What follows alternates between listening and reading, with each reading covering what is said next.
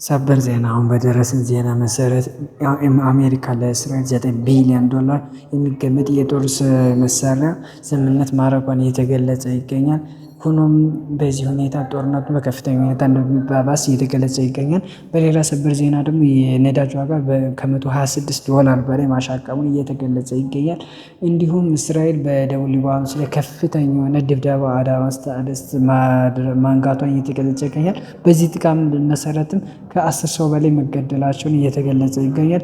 እንዲሁም በጋዛ ውስጥ ለጋዛ ፍሎሪዳ የምትባለው መርከብ ለጋዛ ምግብ እና ውሃ፣ መጠጦች፣ የተለያዩ መድኃኒቶችን የጫነች መርከብ እስራኤል ዳግም ማገቷን እየተገለጸ ይገኛል። እንዲሁም የዩናይትድ አረብ ኤሚሬትና እንዲሁም ሌሎች የገልፍ የባህር ሰላጤው ሀገራት በኢራን ላይ ጦርነት ላይ ለማወጅ እየተዘጋጁ መሆኑን እየተገለጸ ይገኛል። ሆኖም በዚህ ሁኔታ ከፍተኛ የሆነ የጦር ዝግጅት ላይ እየተደረገ ይገኛል። ይህን ተከትሎ ከፍተኛ የሆነ የነዳጅም እንዲሁም የሸቀጦች ዋጋ በከፍተኛ ሁኔታ እየናረ ይገኛል። በዚህም ሁኔታ ራሽያ እንዲሁም ቻይና፣ ሰሜን ኮሪያ እነዚህ የመሳሰሉ ሀገራቶች ከፍተኛ የሆነ ማስጠንቀቂያ ለአሜሪካ እንዲሁም ለእስራኤል እየገለጹ ይገኛል። የአውሮፓ ሀገራትም ይህን ጦርነት በአፋጣኝ ሁኔታ ካልቆመ የዓለማችን ወደማትመለስበት ከፍተኛ ውጥንቅጥና ከፍተኛ የሆነ እልቂት ውስጥ እንደምትገባ እየተናገሩ ይገኛሉ።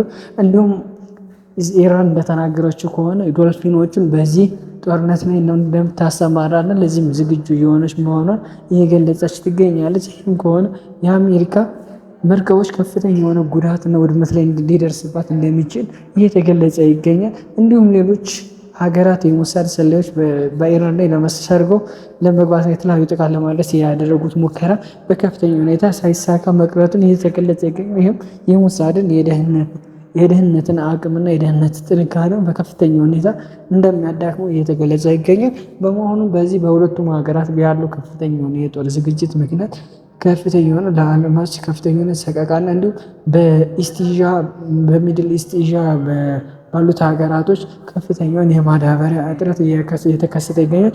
ይህም ወራት ከፍተኛውን የሩዝ ምርት የሚዘራበትና ይህም አቅርቦቱ በከፍተኛ ሁኔታ መስተጓጎሉ ተገልጾ ይህም ከፍተኛ የሆነ የሸቀጦች ዋጋ በከፍተኛ ሁኔታ እየጨመረና ያለው የዋጋ ንረት ከአሁን ባለው በጥፍ እንደሚጨምር እየተገለጸ ይገኛል።